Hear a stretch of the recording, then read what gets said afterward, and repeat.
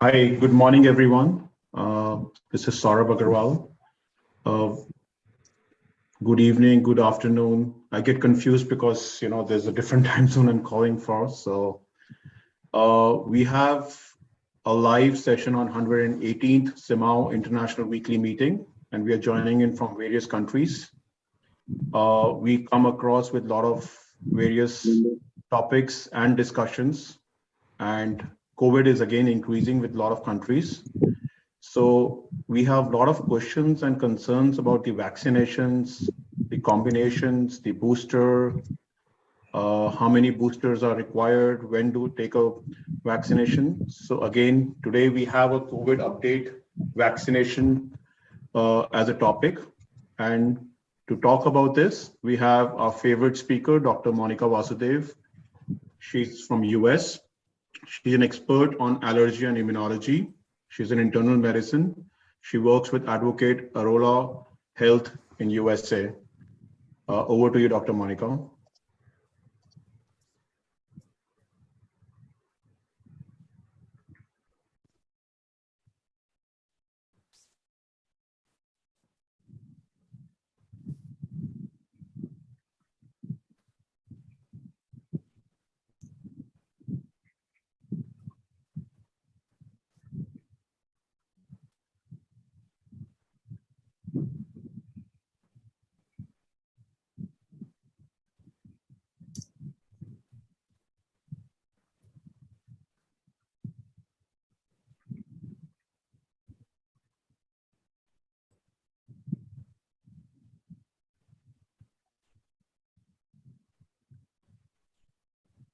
Okay, thank you once again, Saurabh, and thank you to this August group that get to share ideas, thoughts, and updates on where we are on emerging diseases like monkeypox, and to talk about the pandemic that we continue to live in and which continues to evolve. It's been some time now. It's been some time now since I've given any update regarding the vaccines, and I thought this was a good point to talk about the vaccines because of a recent FDA advisory committee meeting that had happened on the 28th of June, where some important decisions were being made with important data being presented. So after hearing the news about the meeting from June 28th, and which the results were released to the public on June 30th, I put together a few slides. I do not think that this is exhaustive in terms of covering the breadth of all the questions that you might have.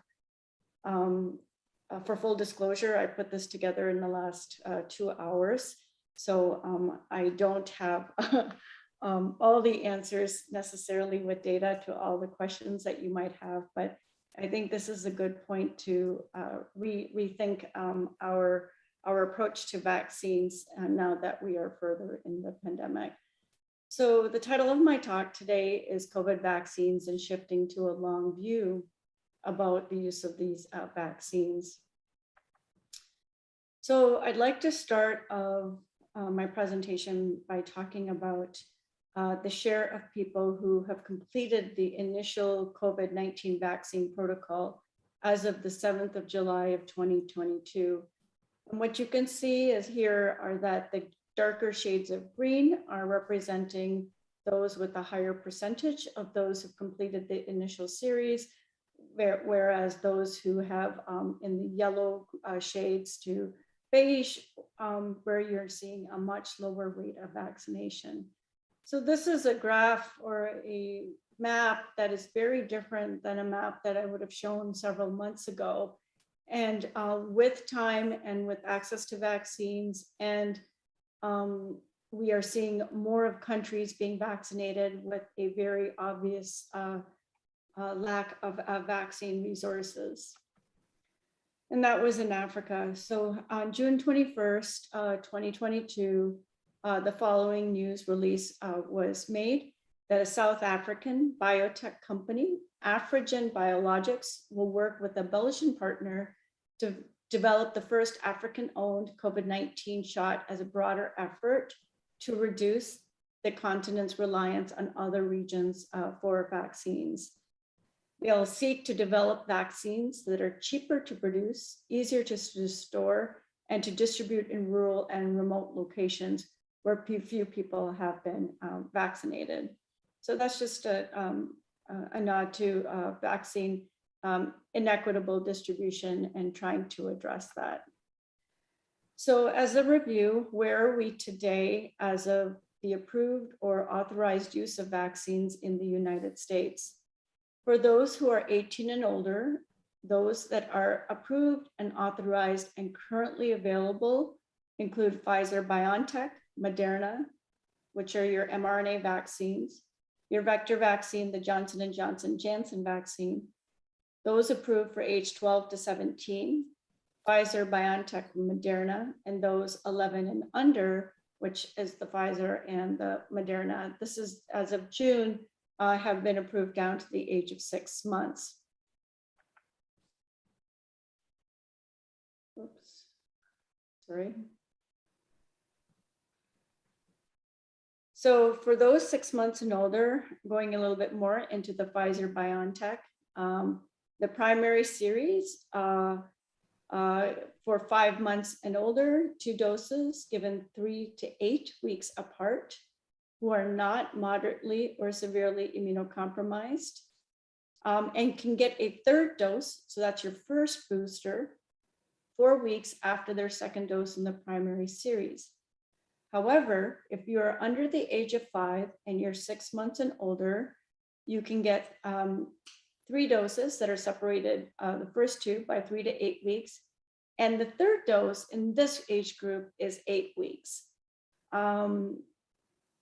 Boosters 5 years and older, those who've received Pfizer should get a booster. Only some can get a 2nd booster dose. And 6 months through 4 years, a booster dose is not authorized in this age group. So Moderna, this is also known as Spikevax, recommended for age 6 months and older as well. For those who are 18 and older, there are 2 doses of Moderna in the primary series given 4 to 8 weeks apart. Those who are immunocompromised should get a 3rd dose, with the 1st and 2nd doses separated by 4 weeks, and the 2nd and 3rd doses separated by 4 weeks. For age 6 months through 17 years, 2 doses of Moderna in the primary.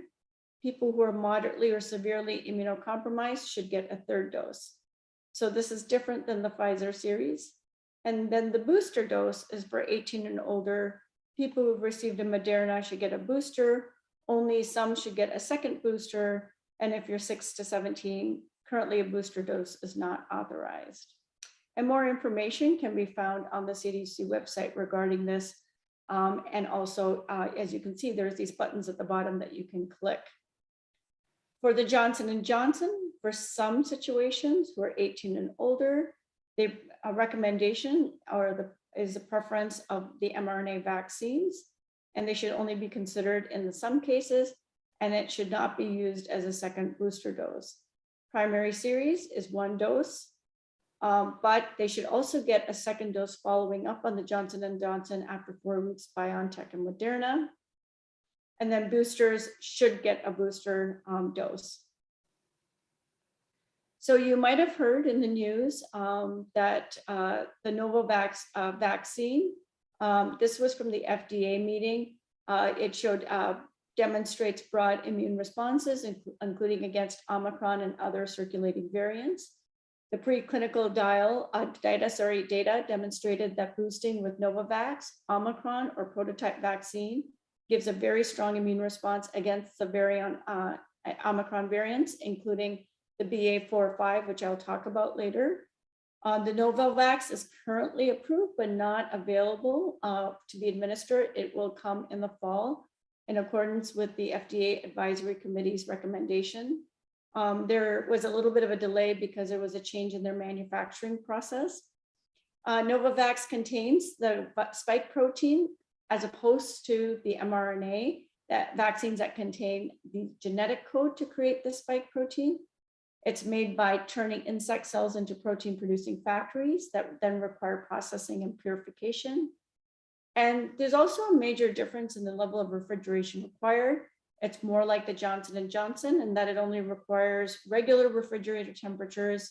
The mRNA vaccines, as you recall, really require colder temperatures to maintain structural stability. So let's talk about now about the impact of these vaccines and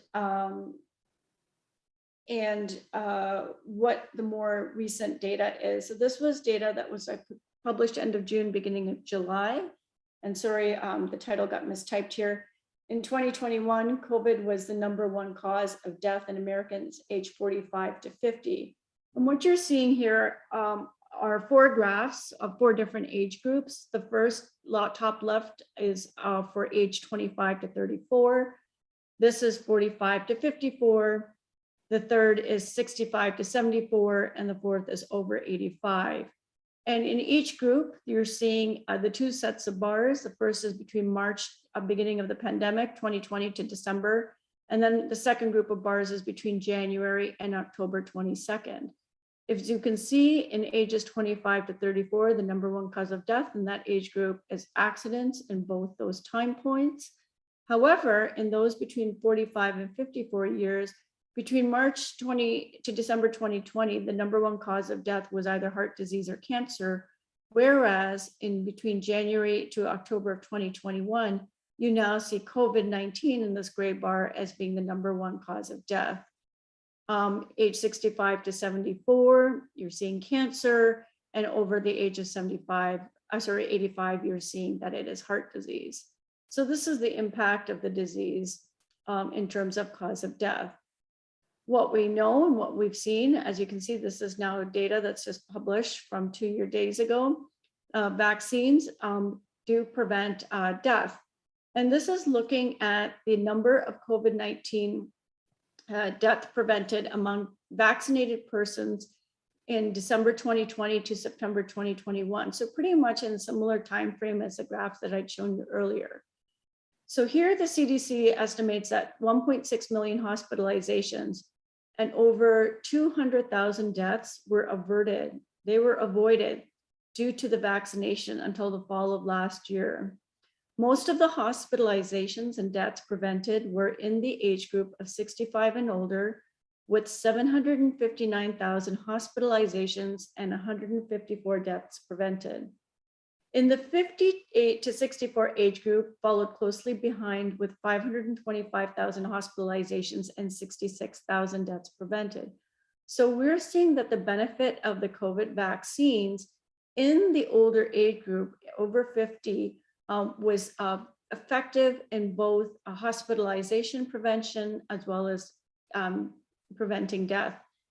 For this study, they used a multiplier model to extrapolate the number of infections and COVID-associated deaths from data on the number of COVID-associated hospitalizations. And they broke it down by state, month, and age group from December to September, factoring in the official start of the US vaccination program on December 12, 2020, as well as staggered subsequent rollouts. So that was the US data. What about the international data? And when the first year of COVID vaccinations, it is estimated that over 20 million deaths were prevented worldwide. And this is data that's coming from 185 countries. And that another 600,000 lives would have been saved if we met the WHO benchmark of 40% immunization, which was not achieved. So here you can see the deaths averted in this graph B in this panel. And these were deaths averted by vaccination per day. And that's on the y-axis. On the x-axis, you see different time points along the pandemic: January, April, July, October, and then finally January 2022. And what they've also shown you is the deaths averted by different countries, such as high-income countries, which is in your purple. In this blue color, you have the upper middle, and then in the green, you have the lower middle countries. So we are seeing the effect and the deaths that were prevented by COVID vaccination. So another way, a much easier way to have seen this in terms of global deaths, is looking at the number of deaths based on excess mortality due to COVID-19. And these are numbers that are represented in the thousands. And what you can see here in the salmon color are the deaths that were averted due to vaccinations. And this is really why we still continue to talk about vaccinations, because it is showing us that it is preventing death. So what about the younger group? I did say that that now these vaccines, at least in the US, are approved down to lower and lower age groups. And this is data that's coming from Israel. This is also recent data.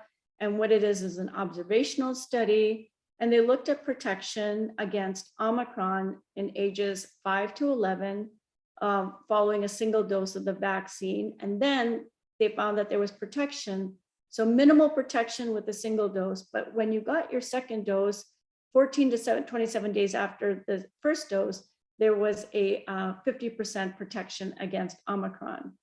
What about vaccine effectiveness for infection? It was 17%, and prevention of symptomatic case was 18%. The vaccine effectiveness grew to 51% and 48% respectively in the time following the second dose. So what we are seeing is that with a single dose in this age group, not very effective, and that the efficacy of the vaccine improved 2 to 3 to 4 weeks following the second dose. Okay, so let's talk about the survival advantage of a fourth dose. And now this is the question, is like, should we get a second booster dose? There has been some hesitation. I've gotten my initial series. I got COVID. It felt like a mild flu. Why do I need a second dose? So this is the data that was recently shown about the survival advantage of a fourth shot or the second booster for that age group that's 50 and older. And what I've shown in the top right-hand corner are the current recommendations from the CDC website regarding who gets one booster and who gets two boosters. And remember, the primary series can be 1, 2, or 3 shots, depending on which age group you are in and which vaccine you are getting. So a booster is recommended for anyone 5 and older should get 1 booster after completing their primary series if they're eligible. And 2 boosters are recommended in the US for age 50 and older, and for those who are 12 years and older and who are moderately to severely immunocompromised. So what you're seeing here on the left is a graph that shows you those who have the death rate incidence per 100,000 population if they are unvaccinated, as demonstrated in this black line here. If you've received the primary series, you're seeing that in the blue dotted line here, and you can see that you're starting to see that this number is starting to rise. If they've gotten the primary series plus 1 booster dose, you're seeing this in the dark navy blue line, and you're seeing now that that line is approximating that of those who've received the primary series. But the best benefit was seen in those who've received the primary series and have received the second booster dose. And now this is looking at positives based on positive specimen collection at the end of March and the beginning of April. So that is during our Omicron surge here as well. So in April 2022, among people who are 15 and older, unvaccinated people, so those were in the black line, had a 42 times risk of dying from COVID compared to people vaccinated with a primary series and 2 or more booster doses. However, among those who were 15 and older with a primary series and 1 booster dose, so they didn't get the second booster dose, they were still 4 times more likely to die from COVID than if they did not get their second booster dose. So when you get approached by, well, why should I get the second booster dose? I already got my primary series. I already got 1 booster dose. A second booster is being recommended. This is the data that you can show that you are 4 times more likely, especially in the 50 and older group, to die of COVID in this current part of the pandemic if you've not received your second booster dose.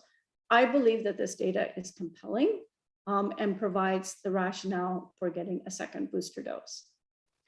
So There was another study that had come out recently that looked at, that was in the Lancet, about vaccines and death prevention across BMIs. So here they looked at unvaccinated, and then they looked at vaccinated individuals in each BMI group. And what they found is that there was a significantly lower likelihood of COVID-19 related hospitalization starting 2 weeks from their second dose if you were underweight, normal weight, overweight, or obese. Likewise, if vaccinated people in all BMI groups also saw a significantly greater protection against COVID-related deaths, if you were underweight, normal weight, overweight, or if you were obese. There was a comment from this publication that we saw that their lower weight individuals were less likely to get the COVID vaccines and were at risk, and that those across all BMI should be encouraged. This was maybe related to the fact that obesity was listed as one of the risk factors from dying from COVID vaccine, and perhaps that played a role into factoring when people decide how to risk stratify their need for a vaccine during the pandemic. So what about vaccines and long COVID? And so this publication came out a week ago. I'm really showing you the most recent of publications and knowledge. This was a longitudinal study. It was observational that was conducted among healthcare workers in Italy with SARS-CoV-2 infections not requiring hospitalization, who had received 2 to 3 doses of vaccine compared with no vaccine. And what they found was that those who were vaccinated had a lower risk of long COVID, or had lower long COVID compared to those who were not vaccinated.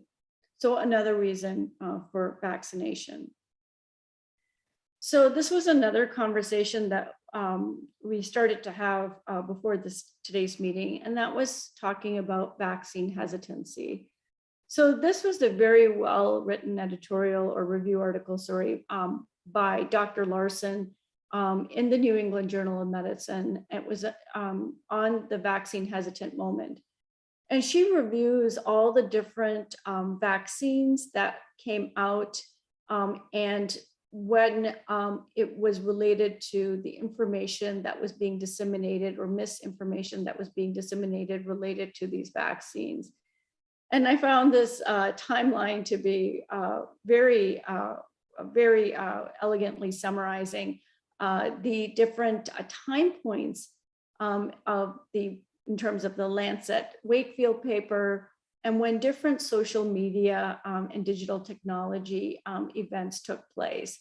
Google in '98, Facebook in 2004, YouTube 2005, Twitter 2006, WhatsApp 2009, Instagram 2010, Snapchat 2011, Telegram 2013, and TikTok in 2016. And that is in respect to the different medical events, such as removing thimerosal from childhood vaccines in 1909, following the link to autism and with thimerosal. Approval of the FDA HPV vaccine and its response with respect to different social media platforms, the initial H1N1 pandemic, the measles outbreak, and then now the COVID-19 pandemic.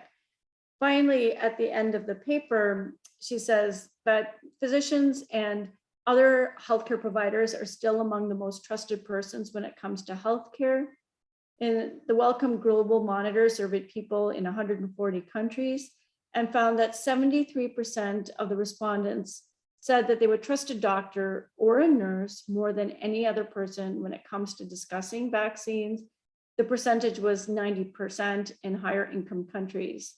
So vaccine acceptance can increase, but healthcare providers, that's us, we need to offer our support and encouragement and to listen to what matters from the patient's perspective. So equipping us with information on the nature and scope of circulating concerns and their communities may help them address such concerns in the clinic, while also informing appropriate interventions at the community level. So this is a map that looks at the rates of vaccine hesitancy across different zip codes as of December of 2021. And it's breaking it to rates of vaccine hesitancy to less than 0.15, which you can see here in the coastal areas. And then as you're going in here, you can see more of the reddish areas. So what's another reason that people have hesitancy? And that's related to side effects. Now, these are the listed CDC side effects that you can find online, which is, common side effects with any injection is pain, swelling, and redness at the injection site. But you can also have systemic symptoms, and this is due to interleukin release. This is due to any sort of immune activation. These can be similar to having an infection, and that's fatigue, headache, myalgia, fever, chills, and nausea. Now, there's a whole host of other skin reactions that have been talked about before, including the Moderna arm. I have had patients that have come to me, their onset of either COVID vaccine COVID infection or following vaccination was a recurrence of urticaria or hives. There are people who've had worsening of eczema. I look at that as not vaccine specific, but related to immune activation as a result of the vaccine. Specific side effects or concerns for reactions are being collected on a voluntary basis that can be entered. The data can be entered by almost anybody through the Vaccine Adverse Event Reporting System, or VAERS, in the US. There have been multiple attempts in the world of allergy to be able to characterize. It was thought that maybe polysorbate or polyethylene glycol were responsible for some of the reactions. There were recommended testing protocols utilizing surrogates of these different constituents of the vaccines or excipients. And at the end of the day, we've come back to not being able to have a clear idea of way to troubleshoot.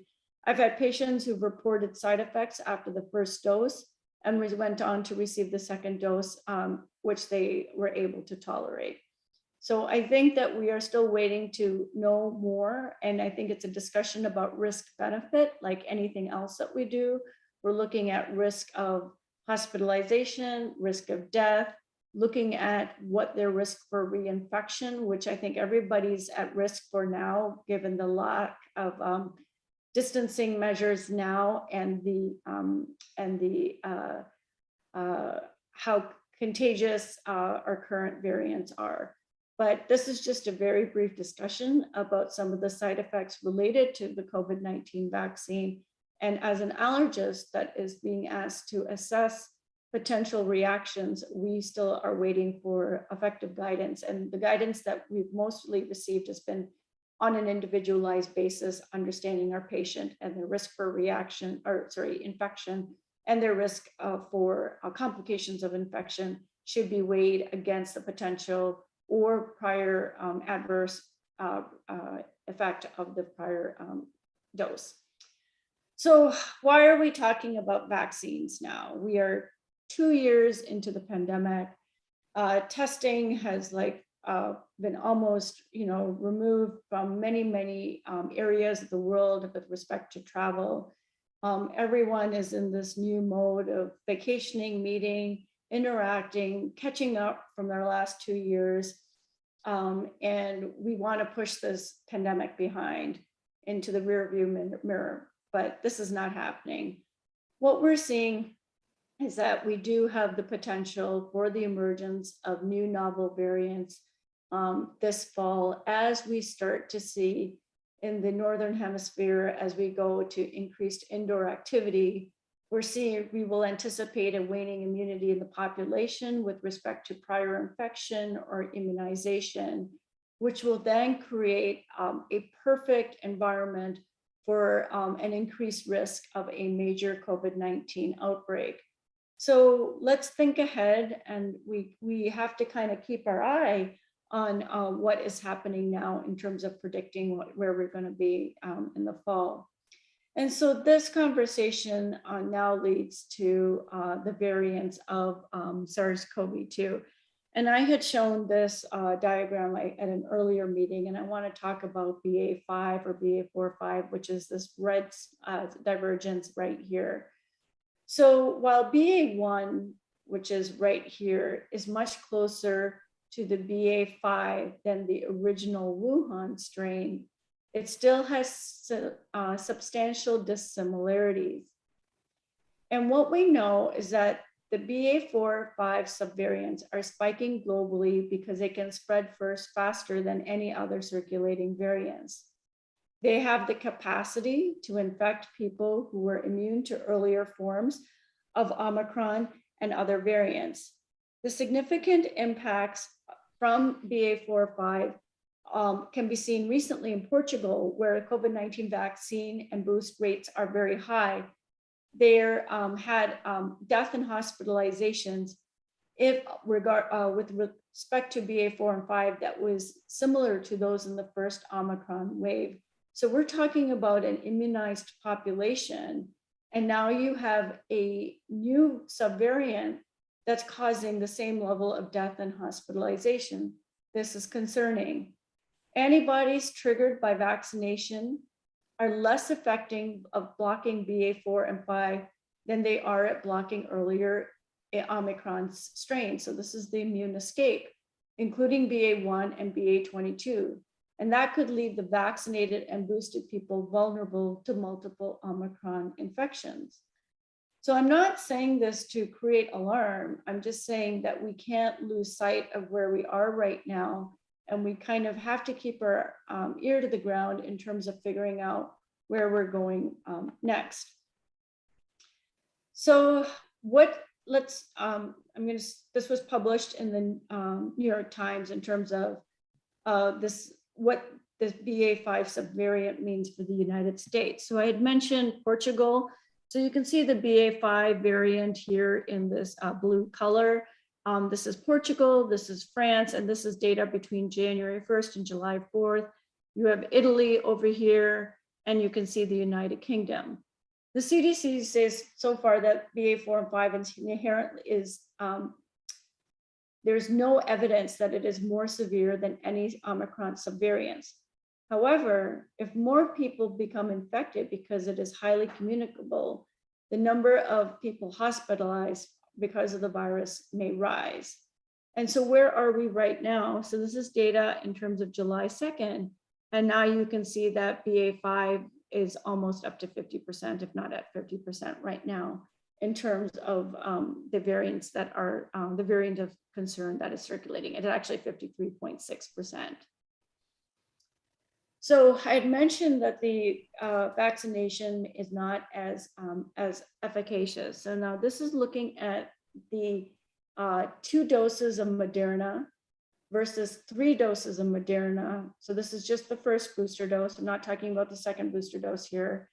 And you're looking at the vaccine efficacy in terms of Omicron, which is in red, in the red line, or Delta, which is in the blue. So this is with respect to 2 doses on the left and 3 doses on the right. And what you're seeing in both cases, whether or not you got 2 or 3 doses, that the Omicron, which is in red, that the Moderna vaccine was found to be less efficacious against Omicron. So the current viruses are antigenically distinct strains that are circulated in the pandemic on which the current COVID-19 vaccines are based.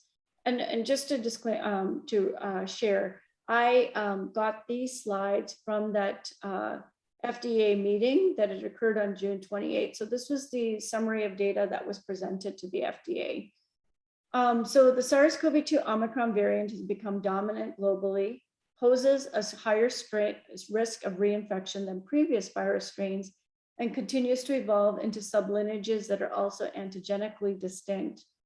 By several measures, including escape from antibody neutralization, so I use that immune escape term, and protection against infection, the current vaccines appear less effective against Omicron variants than against previous strains of virus.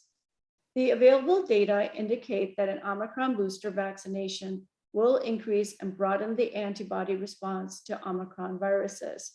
So we talked about the second booster dose and those who are 50 and older in terms of predicting death.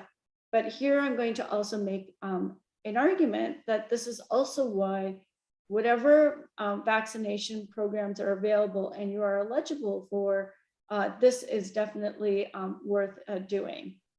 So this got released on June 30th, but this was the committee vote that they were asked to make on June 28th. Does the committee recommend inclusion of an Omicron component for the COVID-19 booster vaccines in the United States? Now you can go onto the FDA website and you can look at the advisory committee actual meeting. It's on YouTube, it's all recorded. So you can actually see this yourself. And at the bottom, you can actually see all the votes that were put in regarding this. And there were 90% of the committee members that voted to include the Omicron component. So what they did was they advised manufacturers seeking to update their COVID-19 vaccines that they should develop modified vaccines that includes an Omicron BA.4/5 spike component to create a 2-component, also known as a bivalent booster vaccine, so that the modified vaccines can potentially be used starting in early to mid-fall 2022. Okay, so let's unpack that a little bit. If these companies are now being asked to make a booster dose that includes the original vaccine variant, including now the second component, which includes the Omicron specific, and that this be available in the fall, and you're eligible for your second booster dose, it would make sense to get your second booster dose now in July so that you would be 4 months out in the fall when this bivalent vaccine becomes available. If you delay your second booster dose later into the summer, you will lose out on the ability, based on the timing of your second booster dose, to get that new bivalent vaccine. Now, I'm just discussing one particular scenario. Every country will have its own vaccines, will have its own schedule, but I'm just referring to one way to view how to approach booster doses today if you've not already gotten it with respect to the anticipated bivalent vaccine. So this is the data that was presented by the Moderna president at that meeting and talked about one specific bivalent vaccine that the original mRNA Moderna vaccine is known as 1273, and the bivalent vaccine is known as 1273.214. The ancestral vaccine contained 25 micrograms, and that included the second variant, which was the Omicron variant, that was 25 micrograms. So they met, and they have all the data that's on their website that I'm not sharing here. They met pre-specified primary and key secondary objectives. They had superior neutralizing titers against Omicron. They had higher neutralizing titers against the ancestral strain. They had a favorable safety and tolerability profile. And this is really important. They had higher binding antibodies against all alpha, beta, gamma, and delta variants. They had robust neutralizing titers against BA.4/5, including in adults greater than 65. And they had durable antibody responses within the bivalent platform. So they're expecting that this vaccine would be available in late July or early August. BioNTech and Pfizer. So now we are looking at something that we have at hand right now, which is to be for this fall. But we talked about efficacy of vaccines, efficacy of booster vaccines, the spread of BA.4/5, the immune escape of BA.4/5, and the potential risk of increased hospitalizations and death in an immunized population, which we had discussed as being community immunity or herd immunity in the past. So when you now have the need to create a bivalent vaccine to be able to address all the variants, that's where the earlier discussions that we've had on this platform about creating a vaccine is useful. So right now, that's the concept of the universal vaccine for coronaviruses. So taking a step back, and instead of making this, SARS-CoV-2 specific, but it includes all the coronaviruses. So this is news from a week ago. BioNTech and Pfizer said that they are going to partner in making next generation shots to protect against a wide variety of coronaviruses in the second half of this year. And it's to protect against severe disease if the virus becomes more dangerous. And we need that shot to protect against a broader family of viruses and its mutations. There was another paper that was also released in the past week, and that was about a nanoparticle vaccine. And this was looking at this vaccine in an animal model. And what you have is what is called Mosaic 8, and that includes 8 different receptor binding protein areas that are included. This was a joint effort by Caltech and the University of Oxford in developing this vaccine. It uses 60 fragments of 8 strains of coronaviruses, including COVID-19, to make a broad spectrum of antibodies.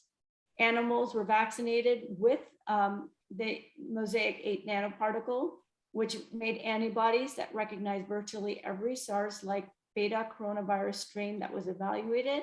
And this was based on the statement from the Alexander Cohen, who was a postdoc scholar, and he was the first author of the new study.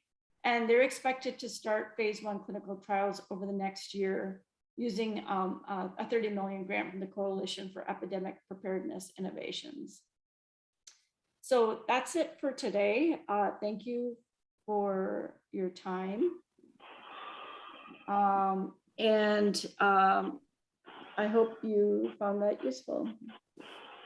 Monica, can I have Monica? Thank you so much, Dr. Monica, for your lovely presentation. And I think we will open the floor for the question answers. Yes, Dr. Sajat, please ask your first question.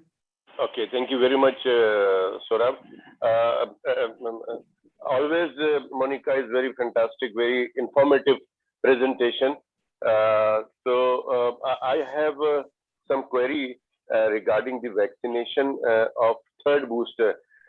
People in Pakistan and I have discussed in other friends that they are very much reluctant for the third booster.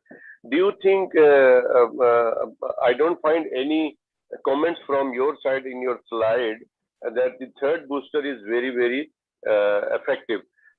Secondly, at what time the third booster should be given after having the second booster? And thirdly, what do you suggest about the Omicron?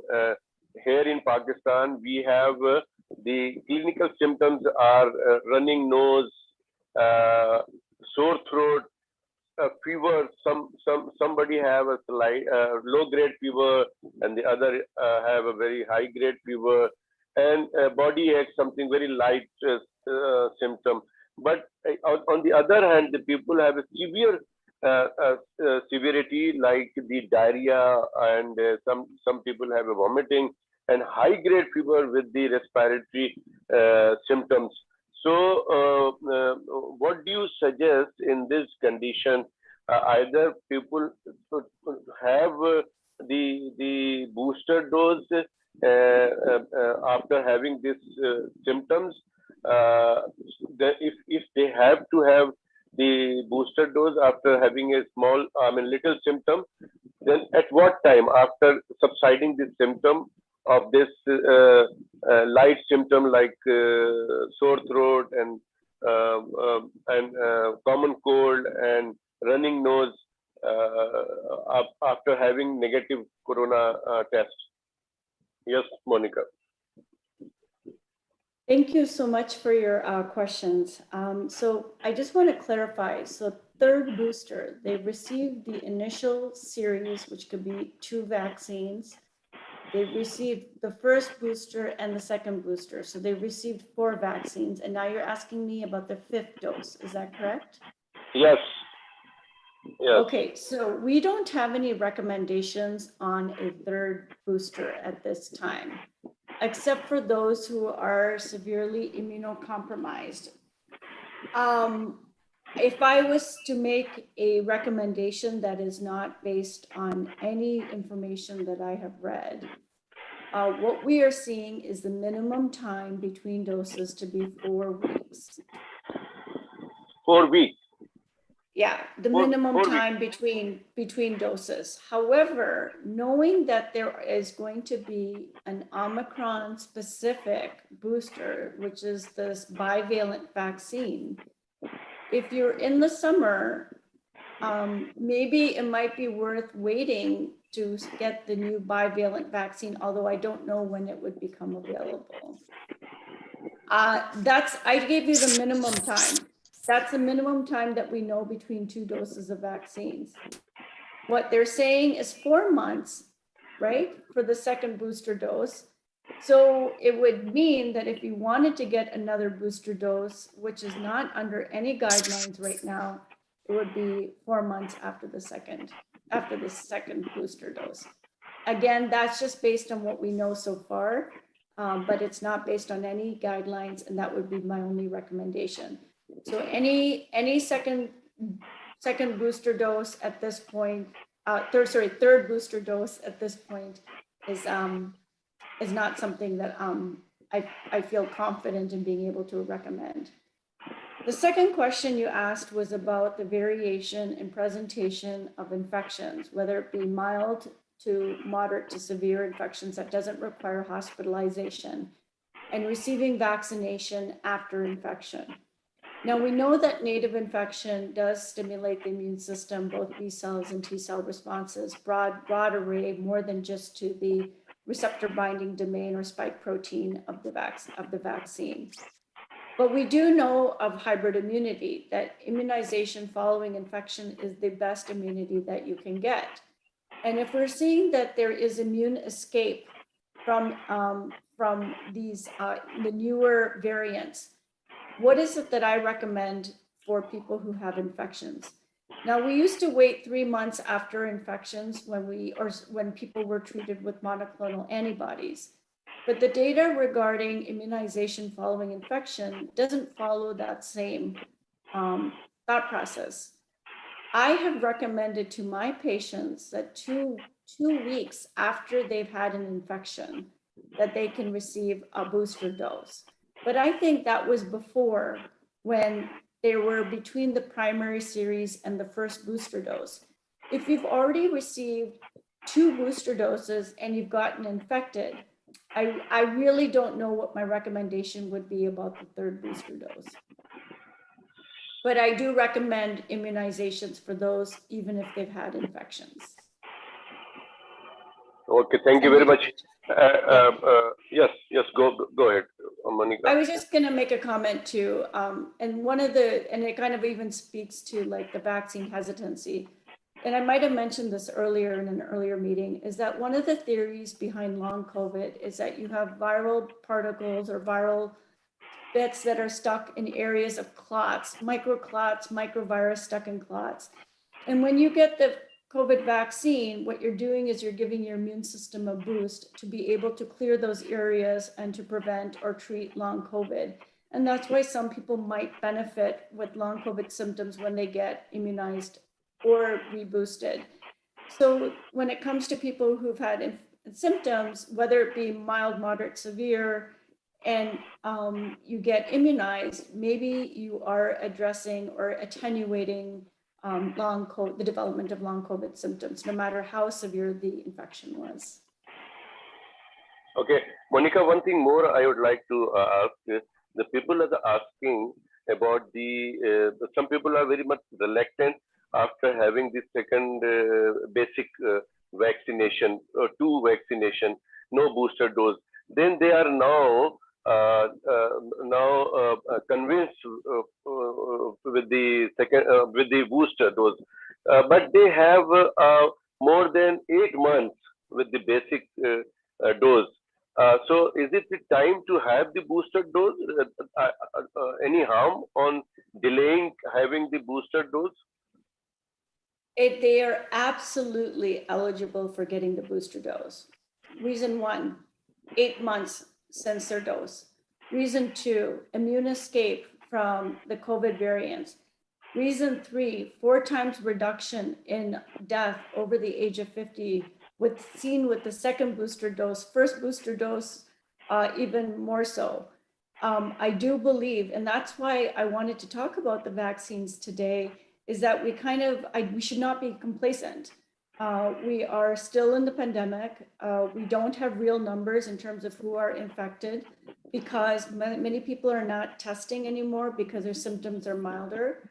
But we are all at risk for getting infected and reinfected. There's going to be more and more data coming out with repeat infections, people who've had second, third, fourth infections, irrespective of immunization status, because of BA.4/5 that's now globally circulating and has immune escape. And you have the acute death, subacute hospitalization, and chronic long COVID complications. So I don't think we understand the full impact of every infection. So to risk stratify and to minimize risk, I think immunization is the best tool we have. Okay, thank you very much. Saurabh, if you permit me, I just want to announce about the upcoming CMAAO. Dr. Sajjad, we will take it. We have a lot of questions. We'll do that after the session or between the session. Actually, Saurabh, I have a commitment to go to hospital. So I will take a minute. Just to request all the worthy participants, to come to Karachi, Pakistan, to attend this CMAAO meeting in Karachi, 23rd, 4th, 5th September 2022. And I request all the participants, if interested, to present any subject they want to present, please do let us know so that we can arrange the time and slot for them. My regards to everybody, and thank you very much. Thank you, Dr. Sajjad. Thank you so much for the announcement. Dr. Angelica. Morning and morning. Good night to you, nearly, Monica. Thank you again for a very interesting and thought-provoking lecture that you gave us. So, Monica, I have done a lot of research because I was recently involved in a CCMA case where I had to help the employer against an employee who didn't want to be vaccinated. So I looked at a lot of the data as well. But there's still one concern, and this is the personal opinion. I'm still very much concerned regarding the vaccines. I know the vaccines, and I agree with everything that you have said. But my concern is that the majority of people get mild disease. And if we look at the data for vaccines against mild disease are not very great. The data against severe disease are great, and there's no question about that. But if one speaks to the average population out there, the average person out there, they will get mild disease. And they then also start to question, why do they need to get boosters? Because in any case, going to get mild disease, I know there's a chance that they might get severe disease, and we all know that risk. But for the average person out there, it doesn't really make sense, all these boosters that you get to prevent you from dying, especially if you are younger. And maybe we need to think how we package this to the population out there. And so that's my one concern is, doesn't matter how many boosters you get, you still will get a mild disease regarding the current data. So, and then the second thing is, when patients come to me and ask me and say, yes, doctor, I was very sick after my booster or my second shot. And why does that happen? How do we answer that in the right way? I always say that's your immune system. It's showing you that you would have gotten worse sick if you had the original or the real infection. But I know that's not correct what I'm saying. It is how to say to people, because they don't understand that's an inflammatory response that your body's got. How do we package that as well? I think if we can package that correct, and the mild disease, doesn't matter how many boosters you get, maybe we will get the vaccine hesitancy being less going forward. That would be my 5 cents worth this morning. Thanks, Monica. These are great questions. Okay, but I think I have an answer for both of them for you. Okay, so those who say that they'll have a mild disease no matter what, I am actually going to draw this conversation back to Dr. Agarwal. When he was vaccinated and he had a sense of confidence that the pandemic had been moving forward and he was vaccinated, he got caught off guard. It reigned Delta in a genetically susceptible population in Delhi, where those who were older, at risk, who had received complete immunizations, faced an incredible death rate. If you can count and go back to April, May of 2021,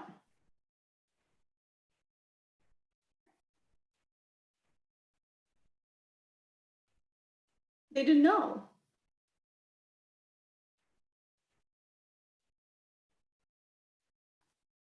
So we don't know what's going to happen, right?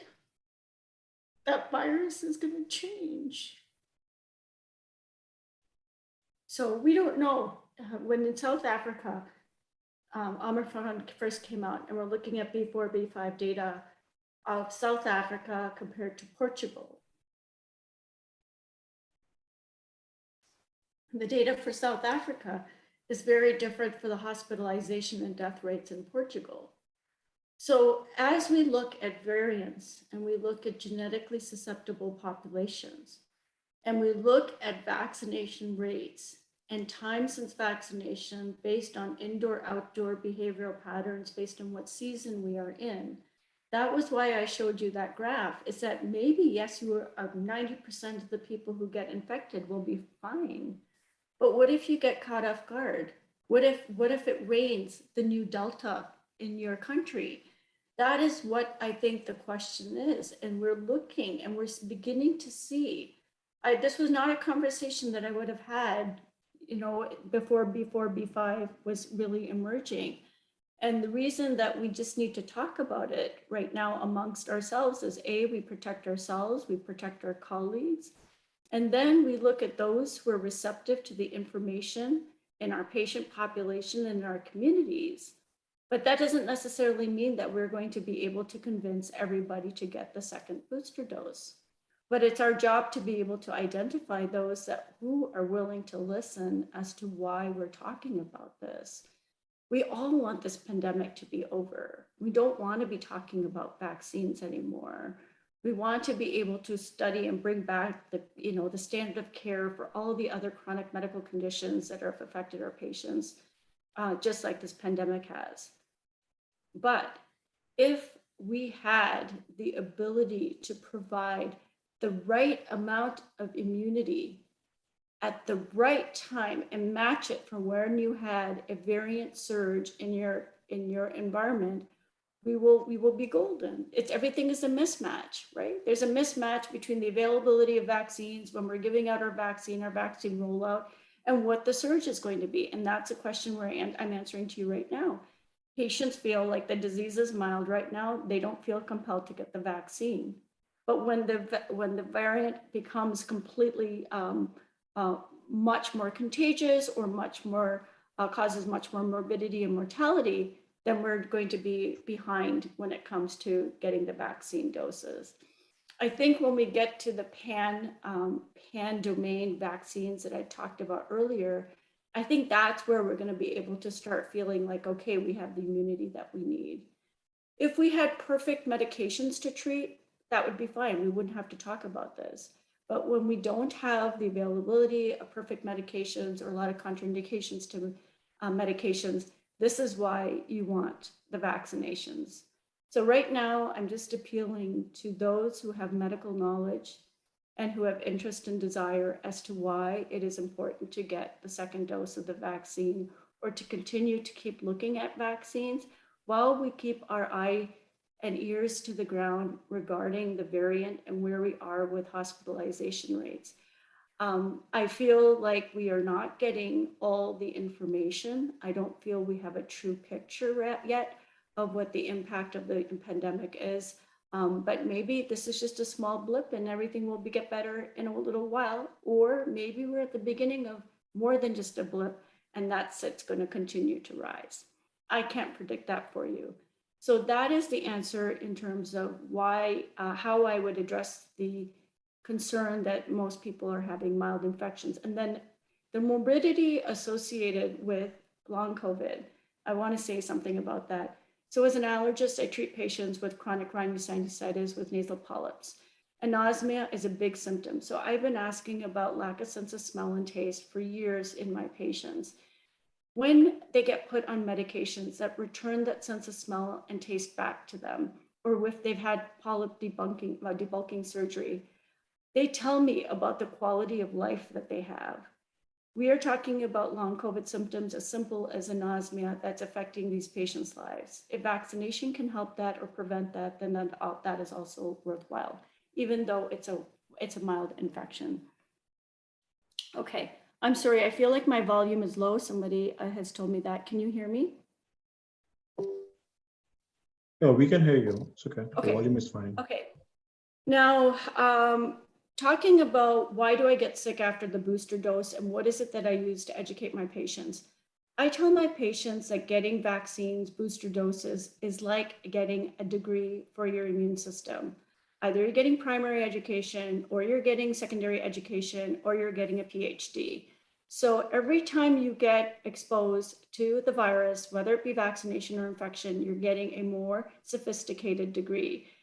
The problem with getting the degree is that you will feel sick. There is going to be some sort of effect of the vaccine that makes you know that your body has appropriately responded to it. So that is how I explain it to my patients, is that the reason that you get sick is because your hormones that are released in response to the vaccine is going through a dry run as to how to treat or face the real virus when you come across it. And when you have side effects with the vaccine, can you imagine how sick you would have been with the real infection?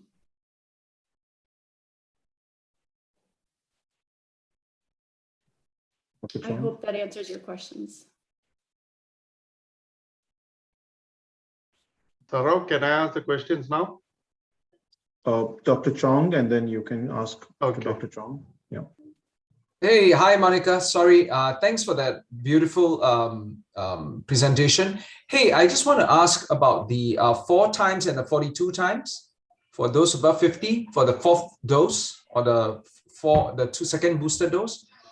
Where did that statistic come from? And it's 4 times compared to unvaccinated, or is it 4 times compared to 3 dose, three shots, those who receive 3 shots versus 4? Okay, can you see the slide? Can you see the slide? Yeah. Okay, so this is coming from the CDC response team. And it came from the task force. So this was data released by the CDC. I'm sorry, I didn't put the link in there where I got this from. So this is looking at data just from the month of April. And what they saw is that in those who were 50 and older compared to unvaccinated, this is the black line here, 42 times more risk of dying from COVID-19. And if you were 50 and older, vaccination with primary series and 1 booster. So in most people, that would be 3 doses, right? 2 doses Moderna, 2 doses Pfizer, plus 1 booster.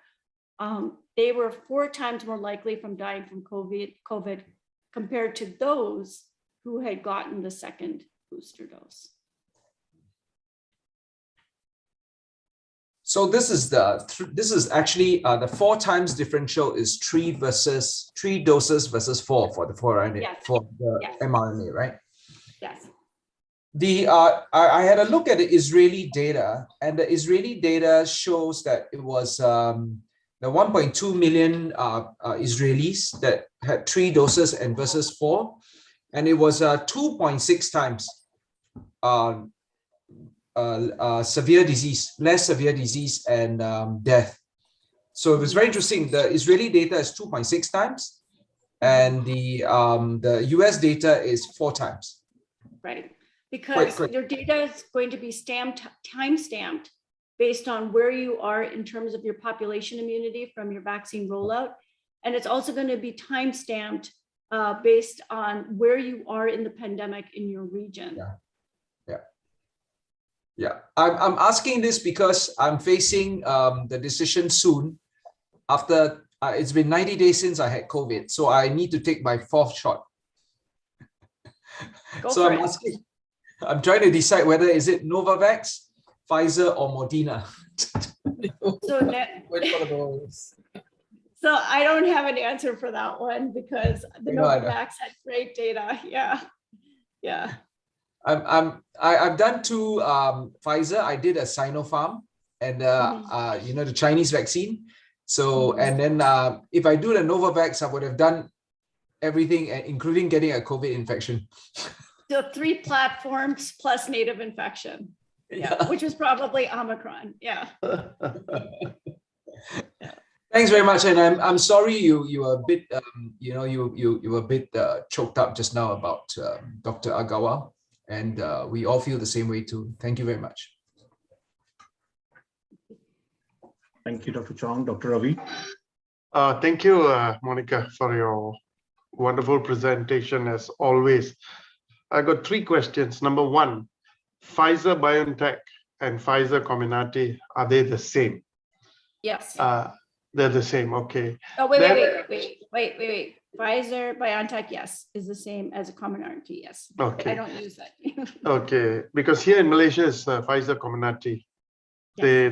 They refer it to as Pfizer Comirnaty. Okay, the next question is, what can we expect with the new Omicron variant and the new wave coming? And what is the main factor for these cases to rise up again? Because it's just spreading like wildfire now.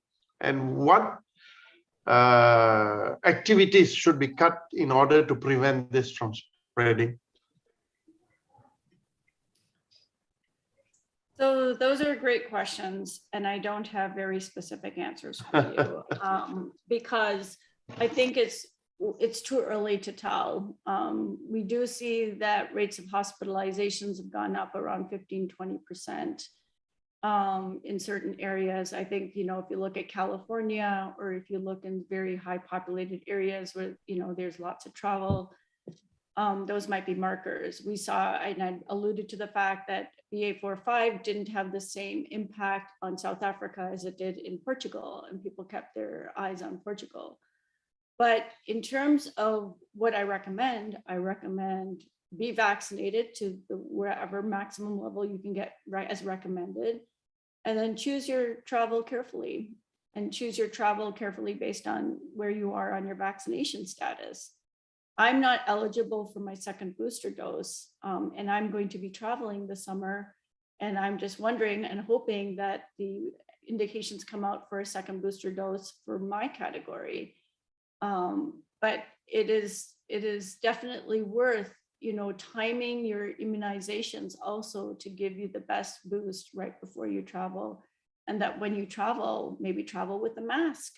And then when you get to areas that are more open in the warmer areas, then you not wear a mask. But I will tell you, nobody's wearing a mask anymore. Nobody wears a mask. I go shopping, no one's wearing a mask. I travel, there's no one wearing a mask. The only place that I wear a mask is at work.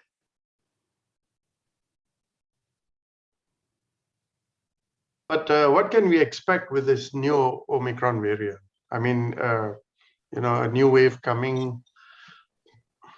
Yeah, I don't know, because if we get the bivalent vaccine, and say the bivalent vaccine comes end of July and in August, and people start receiving it, I don't know how the availability of that vaccine will impact the variants that will develop. Thank you, Monica. Dr. Jamal. Yeah, thank you so much. Actually, Dr. Monica, thank you very much for your nice presentation on this. Actually, I have several questions actually, but I don't know whether the time constraint will be permitting me. Number one, actually, what in your presentation I have seen that you have shown that due to traffic accidents, there are a lot of more death cases actually in the US. But whether it was compared with the lower mobility during this lockdown period, whether, I don't know whether it was compared with that or not. Number two, in US, I have seen in 2019, influenza, the death due to influenza was number of cases were 38,000 a year. That means more than 3,000 in a month. So this, actually, now the COVID-19 now, they are causing, I think, less deaths in US. So maybe not pursuing those COVID protocols and not obeying those things, following those things. Maybe one of the reasons that the people of US, especially because they have got the data, but we don't have the data. Don't know how many deaths are due to influenza in our country. But even then, I think this may be one of the reasons why the people are not just following the protocol. And the one more thing, actually, I got a call just now, my personal experience. One of a friend, actually, he had this COVID-19, and he became negative after 3 weeks. Definitely, it's a very unusual. But he was complaining of severe, this weakness and others, something like that, follow-up of that COVID. He is not hypertensive, and he is just pre-diabetic, and he was asthmatic actually for a long time. So and the other observations, actually, I stayed with one person actually for a long time, something like that, 2 days, you can say. And of course, we are masking most of the time, but not all the time. During the meal time, definitely we are not having mask together. But he was tested positive after 2 days. And another incidents I have seen that some people actually were just journeying together, and 2 of them were just having the positive, the others were negative, and they didn't contract the disease. I don't know how we'll explain all these things. Actually, they are not using the mask actually most of the time. So these are the things. And about the long COVID, actually, even the case that was I was telling you that even if it's a mild case in the Omicron case, but how is the chance of long COVID and severe long COVID? Thank you. Well, thank you for your observations. You mentioned a lot of points. The first is I drew up the slide again, and it wasn't specifically about motor vehicle accidents. It was accidents in general. So any accident, an accidental death is listed here. So people were still driving during the pandemic, even though we were on lockdown for essential people. I was still driving to work, right? Or on days that I had to go to work. So there was still travel that was happening. Now, in terms of duration of infection and duration of symptoms and duration of positivity, that was another comment that was made regarding our current recommendations of 5 days in isolation and 5 days with mask. We are seeing that as the pandemic evolves, as this variant evolves, the duration of infection may also increase. And that, again, I'm going to mention again the genetic susceptibility. We don't know in terms of host factors whether or not that you are just carrying the infection longer because you got a larger dose of the initial vaccine, of the virus, or the virus itself is inherently staying in you longer. We talk about house guests that are sitting on the same table, and some people are getting infected and some are not. Well, again, lots of variability in terms of where you are sitting on the table, whether you're in the direct line of the person talking, where your state of immunization is, when you got your immunization, Again, vaccinations are not meant to prevent disease, but they're prevent infection, but are meant to prevent severe disease. But again, in those people, you will have multiple issues. You must have had patients who've told you that in a household, there'll be, multiple positive members and there'll be one member who never tests positive. There's also information that Omicron has a sensitivity rate of 60% on rapid testing. It's not 100% on rapid testing. You need confirmatory PCR testing in a lot of cases. Even if it's an asymptomatic case with exposure. So that's why it's the real data in terms of the burden of infection is really not known.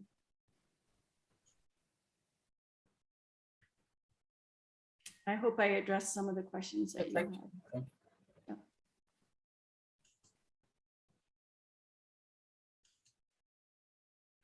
The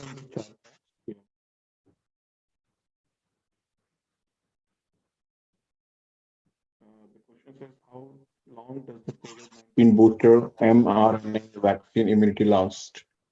So good question. That depends on your immunity. It depends if you have hybrid immunity from a prior infection followed by immunization.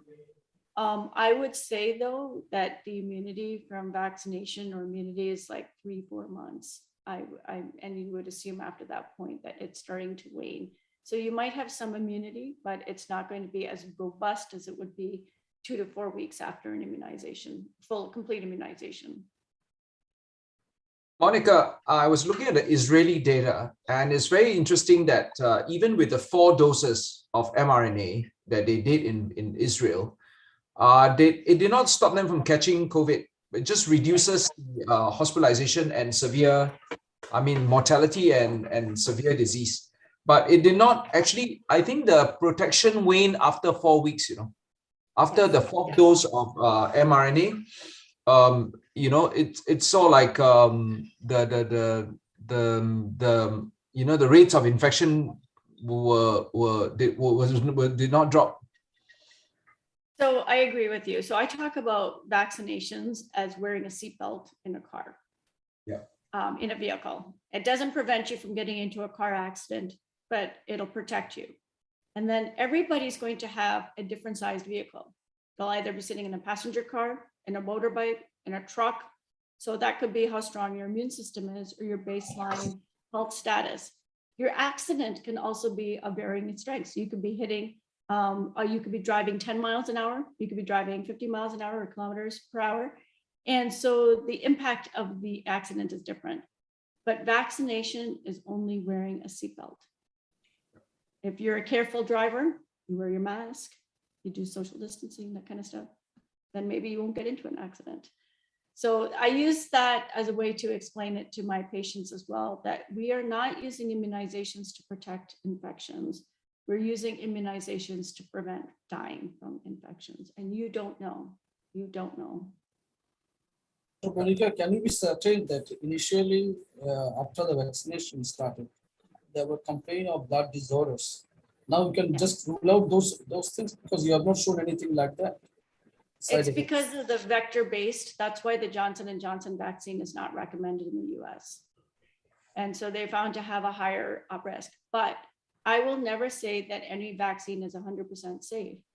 It's a discussion like anything else we do, which is risk benefit, right? Paracetamol is not safe for someone who has liver disease, but paracetamol might be the analgesic of choice for someone with kidney disease. So again, that's why we're physicians. That's why we take care of our patients. We understand the risk in terms of the patients that we're treating. So I would treat a person with a BMI of 45 with coronary artery disease, with multiple comorbid conditions differently with respect to a vaccine discussion rather than somebody with a normal BMI who's 19. Again, there's a lot of factors that go into the discussion.